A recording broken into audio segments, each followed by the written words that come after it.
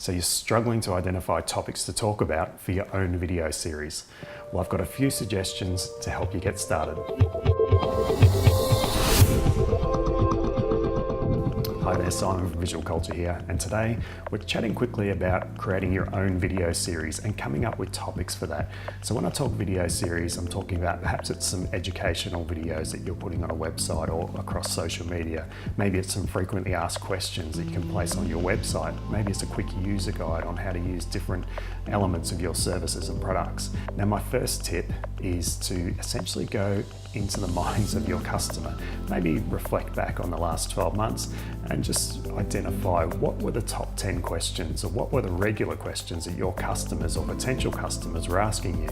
Now, the next step is to then go into each of your services and perhaps products, and then within each of those, just identify what questions could somebody ask me about those, or what information do I think is going to be really beneficial to help sell those on to the client.